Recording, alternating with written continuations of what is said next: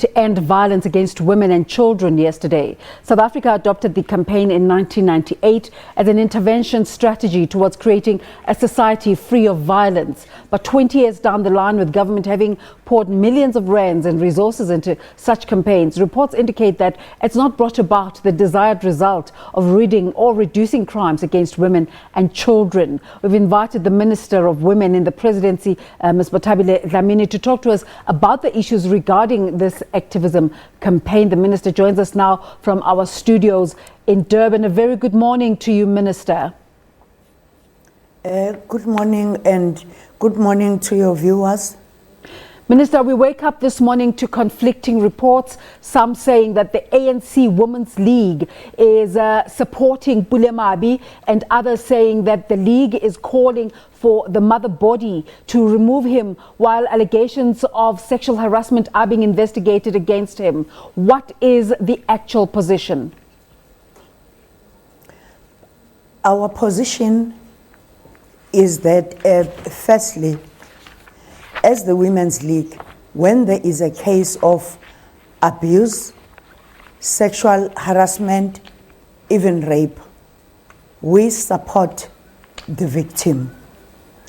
Then secondly, we always wait for the disciplinary processes to go through, and then thereafter we pronounce ourselves differently on the matter.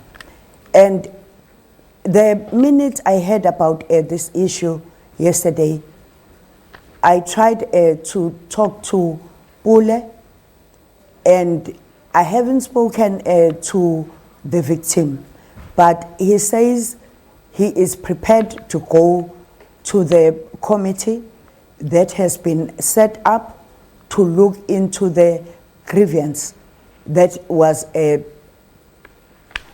tabled by the SG, by the Deputy Secretary General of the ANC, Jesse Duarte, to members of the committee that are going to be dealing with the matter.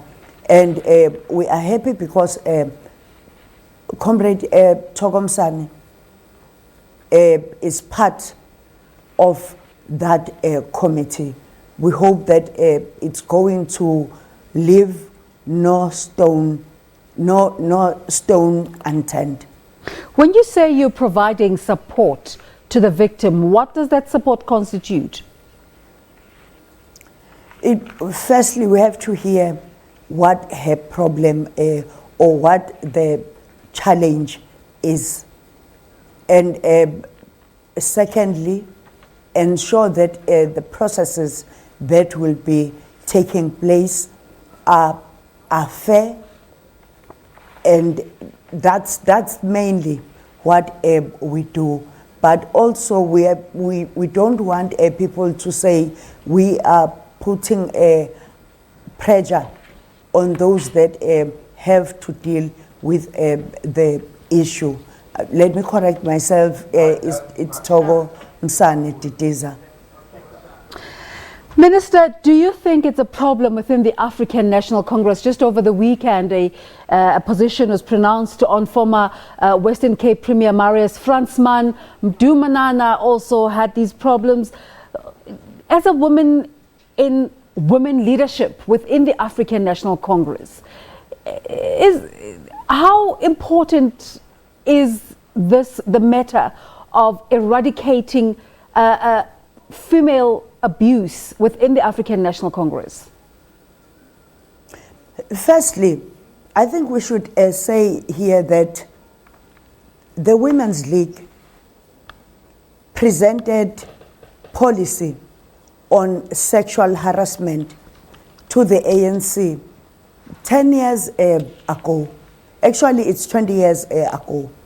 And then secondly, we tried to shape our storyline because we did not want to be seen as conniving with men in the ANC. But some of the cases are politicized, and they take a place when the environment within the ANC is poisoned. And therefore, like now, the question that is being asked is pushing me into the corner.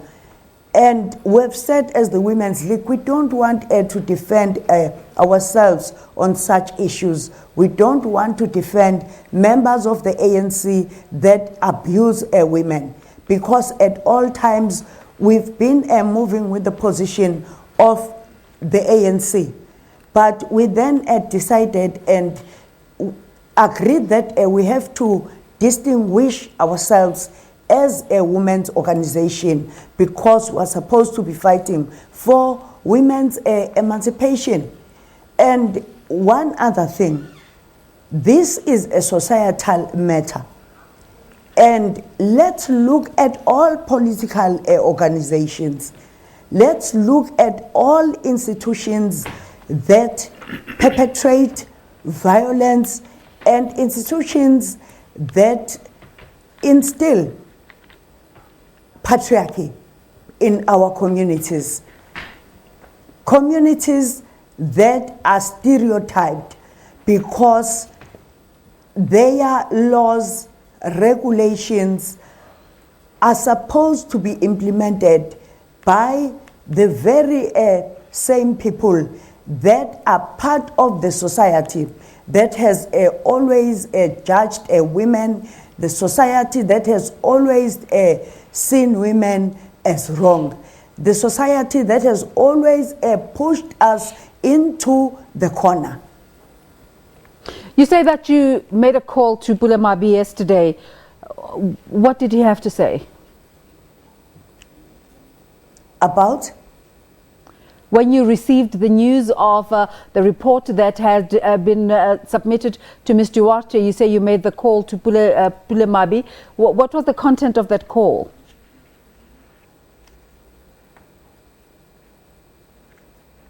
I think what we've said as the Women's League is that he must go to the committee that is going to look into the grievance. And also, I think we need to try and mobilize our women. You can't just put a grievance when you say you've been sexually harassed.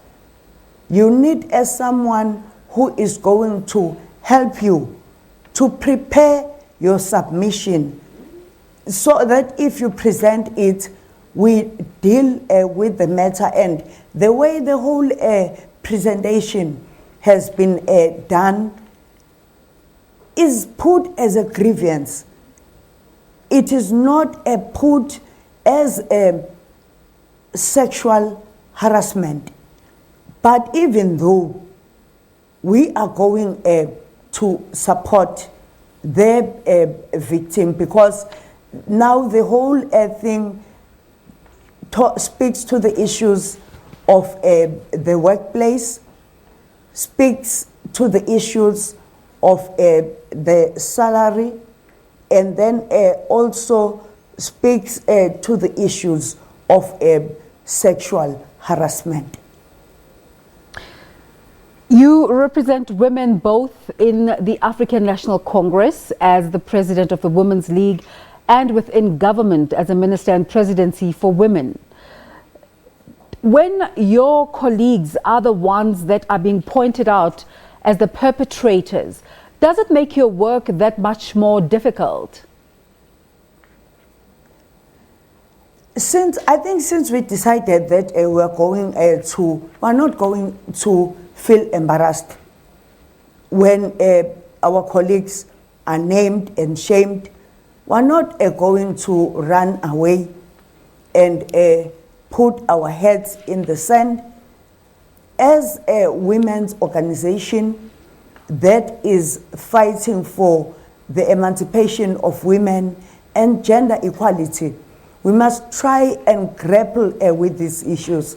And in a number of times, we have raised the issues in the National Executive Committee of the ANC.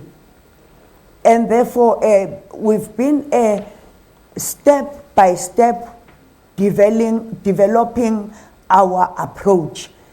And we've been a step by step growing on how we have to deal with violence against women within the African National Congress. And I must say that cases that we've taken up and cases where we've clarified our stand and put it without fear have been dealt with. And I think we also need to compare everyone, all institutions, the state, all political organizations, faith-based organizations, business, even tertiary institutions, and see what is happening, because what is going on in the ANC and other institutions is a societal problem. But also, I think what we need to do is to have a stronger campaign and have a stronger prevention programs that are going to ensure that issues of women are elevated to campaigns like the campaign on HIV and AIDS and the campaign on Arrive Alive and many other campaigns, because we can't make this the responsibility of only one department. But also the president, when he spoke at the GBV summit, he said social development, the Department of Education, and the Department of Women in the Presidency must start with the process of educating communities about gender-based violence. Minister, what specific programs did you run during the 16 days of activism, and do you think they were effective? We ran the program on Hear Me Too, and we think it's very relevant because South Africans have accepted that women are abused, and there are no strong programs that prevent that.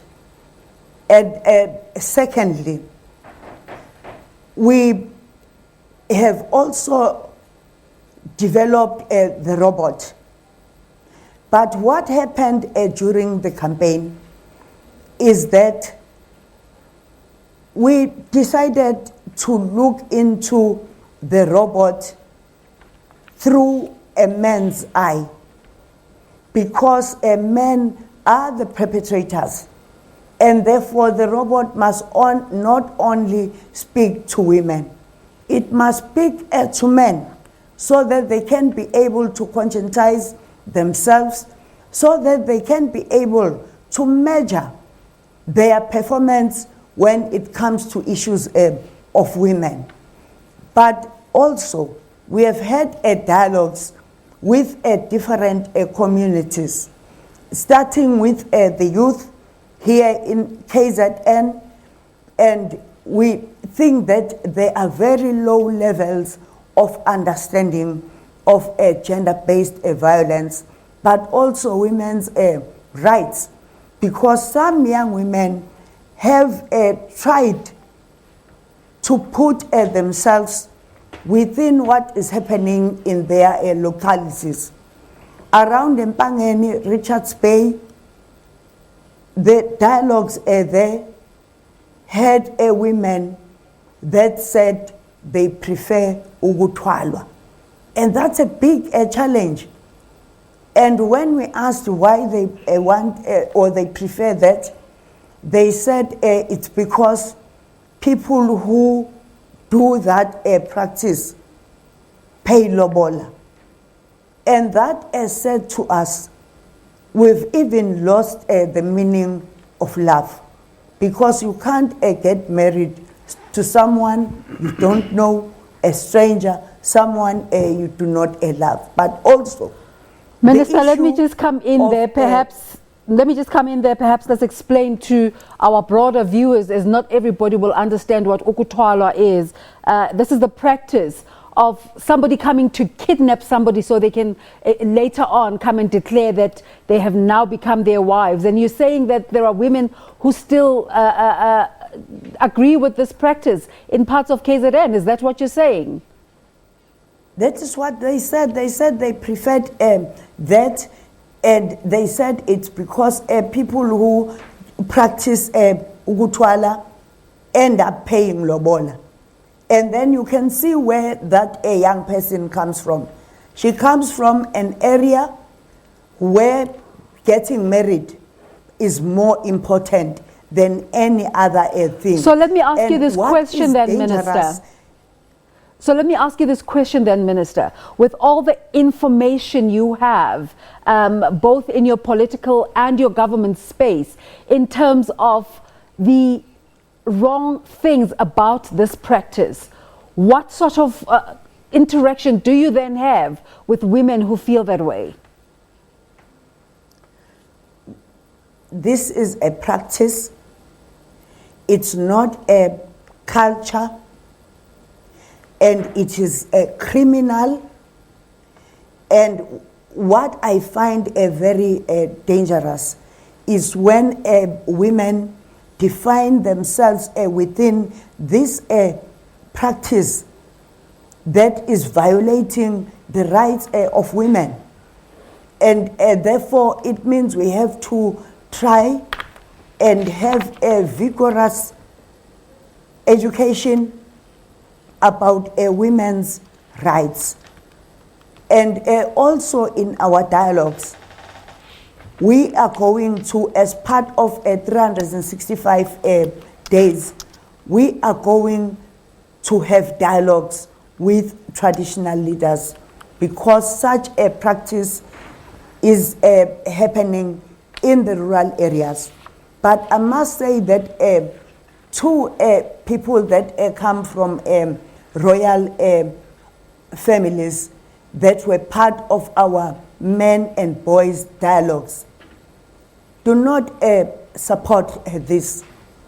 The king from Pretoria, King Kekana, does not support this.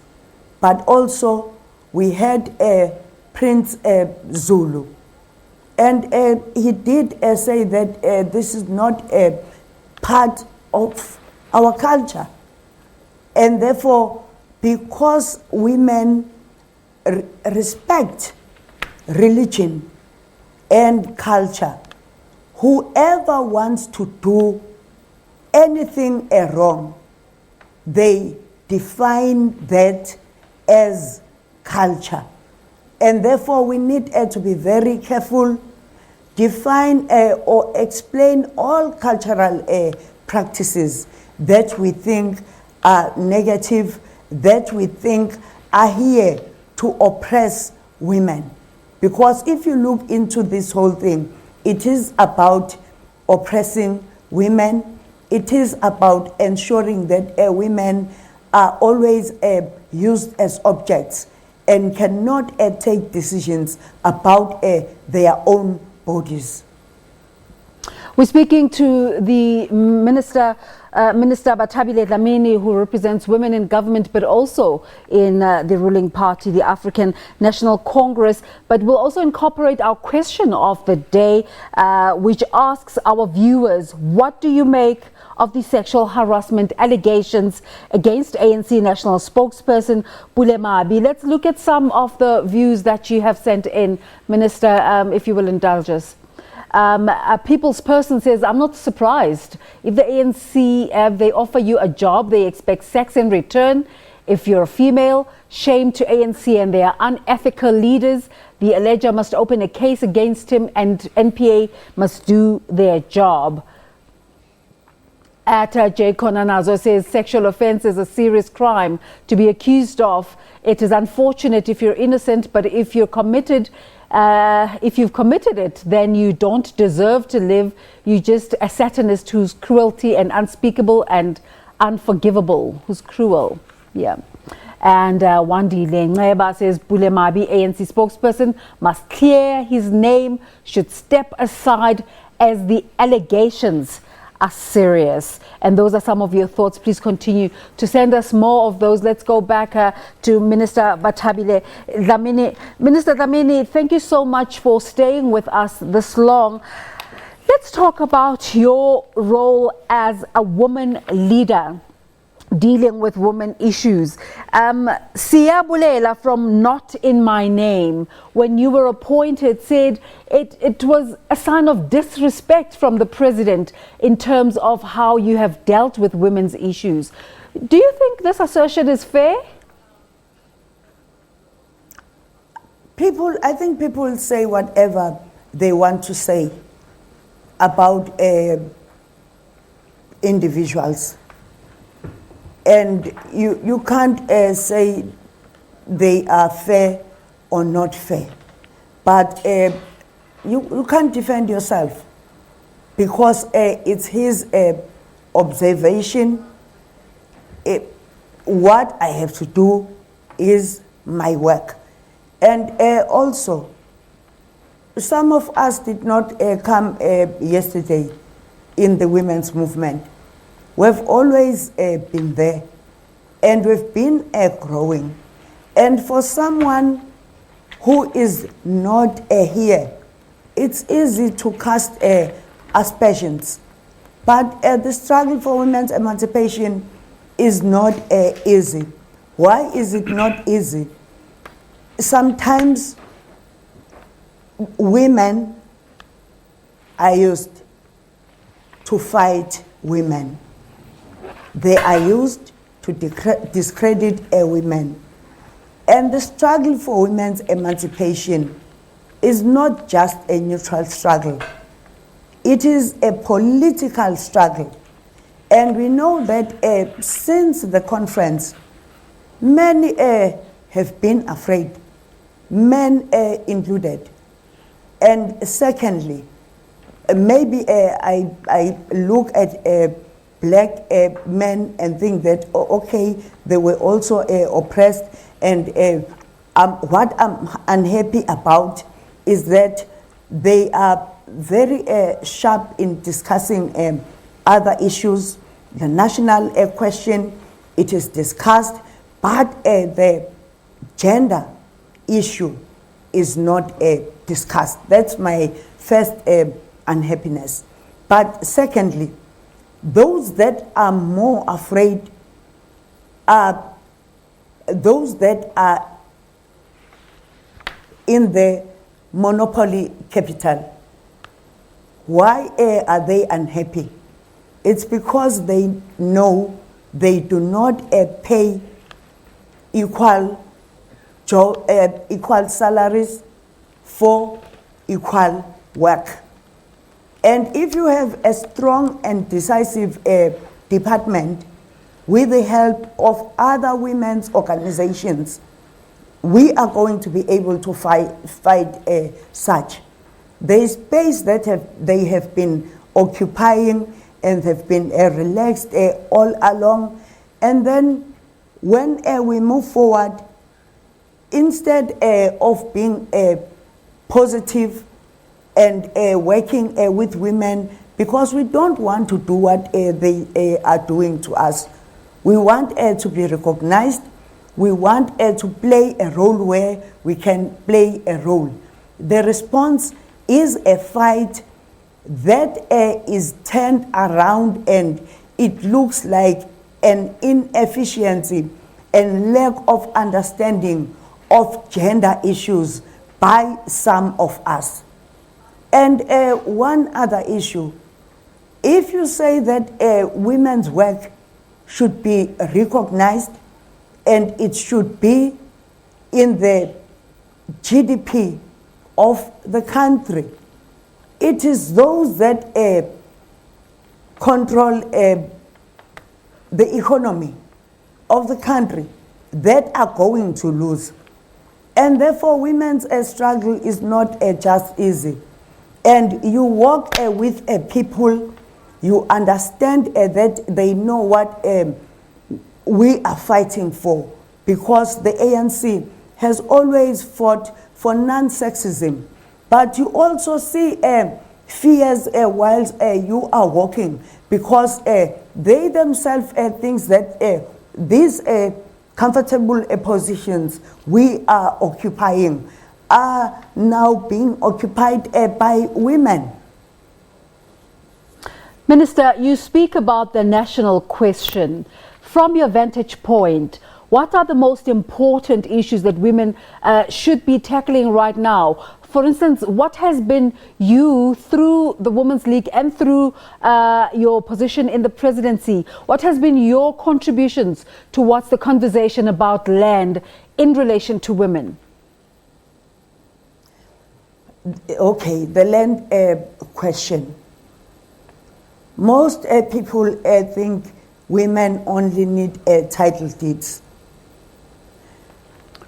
Yes, we need or we want title deeds, but the main thing is to look into the patriarchal lineage in the rural areas, where the land that my family occupies belongs to men and not to women. And therefore, that says we need more land. We don't want to be given just small pieces where our families are, because we are now congested where we used to stay. Secondly, we want to work the land. We want the land that has value. And because land is property, and therefore if you have a land that has value, you are going to be able to be part of people that deal with issues of food security, or people that deal with issues of property, buildings. And you are also going to have your family home, and decide what else you want to do in the land. You can become a farmer if you want to be a farmer. Minister, as we please continue. In towns, women need housing or want to settle close to their workplace. And we would not be having such cases of women that are killed on their way home if women were settled close to where they work. And thereafter, title deeds. We want title deeds, but not just title deeds that mean nothing. They must have a meaning. And one other important issue, we are 51% of the population of South Africa. And therefore, no one must think that we are done a favor. We are addressing the imbalances of the past. We are ensuring that what is in the Constitution is implemented. Minister, as we're in conversation with you, a story has just broken that the Supreme Court of Appeal has dismissed the application for Judge Mandela Makaula to recuse himself from the Omotoso trial. You went to PE during one of the appearances. What are your thoughts on this development?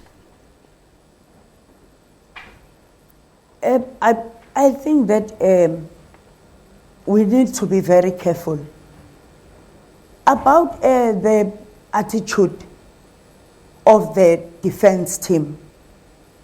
I don't know what else they are going to bring to the table. because they've been raising a number of things. We have written to various structures asking them to deal with what is going on in Port Elizabeth, because we are very fortunate. This whole case is viewed by many people, and we've been during the process analyzing everything that is going on. And it's not only the defense team that we are worried about, but also the prosecutorial team. They must wake up and be astute, and you can't leave someone asking questions that were asked to Cheryl and let them go as if nothing has happened. You need someone very attentive, someone who understands the plight of young women and many other young people that are experiencing the same in other faith-based organizations. It is important that we do our best with this case, so that each and every one who is abused in the place of worship, where you think norms and values of the society are respected, the Bible is respected, and have people abusing our children. And therefore, this is preparing the whole nation to relook into this issue and come up with suggestions on how we cap this, because also Omatoso has proved that even churches in our communities are led by human beings that are men, that are influenced by societal norms, and even when there are problems at a societal level, they will come where they work and do exactly the same. You responded to a question I asked previously when I spoke about a civic organization, not in my name, questioning your credibility. Does it worry you that there are certain quarters that question your efficacy? And are there things you want to do to make sure that both the civic society and the public in general feel that you are the right person to represent women?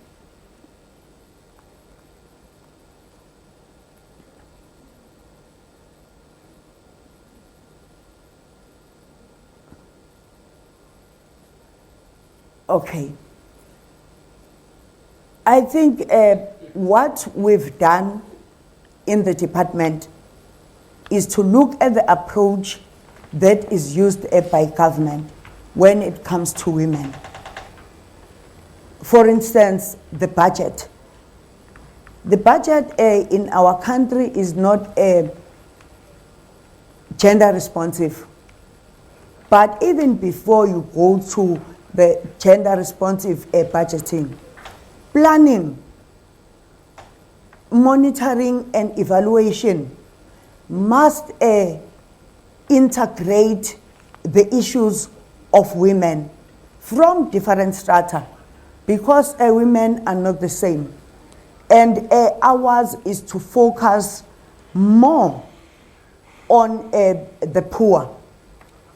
And all departments' programs must ensure that women's issues find expression in their programs, and that must be in the APP, but also at the end of the year, there must be an audit of what each department has done to ensure that women's issues are addressed properly.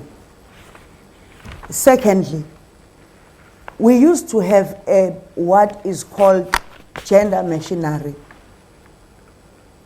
And now that we have a women's ministry, you still need a gender machinery. We have to reconfigure it. We need to ensure that all departments have someone at a senior level, not a junior level, because someone who is at a junior level does not have even an opportunity to report to either the DG or the minister. And if you have someone at the level of the chief director and upwards, issues of women will be addressed. We are from a summit that was attended by more than 170 government departments or officials. And we had invited other countries. For instance, in other countries, you have to go through a committee that deals with budgeting. And if your programs do not have women and they do not explain how you are going to implement them, Minister Bathabile Dlamini, your budget is not approved. we will have to find another opportunity to have this conversation, but time is against us. Thank you so much for making the time to talk to us, and we hope to invite you back again sometime. Thank you. Bathabile Dlamini is the minister representing women in the presidency. Very, very important conversation to have, isn't it? Because the call is for not only a 16 days of activism, but a 365 days of activism, isn't it? The minister was right in terms of bringing male perspective into this as well, and involving men and boys in conversations in order to find solutions to put paid to, well, the pernicious scourge of rape and sexual violence as well. And the fact that boys will be boys' phrase doesn't cut it anymore, isn't it? It's not an excuse. So that was Harvey Weinstein's excuse when he was brought to court to say in his era that's what boys used to do. It just doesn't cut it anymore. It doesn't. So I guess the process of systematic change is difficult and complex, but we need to have these sustained efforts to get us over the line. Okay, another top story following the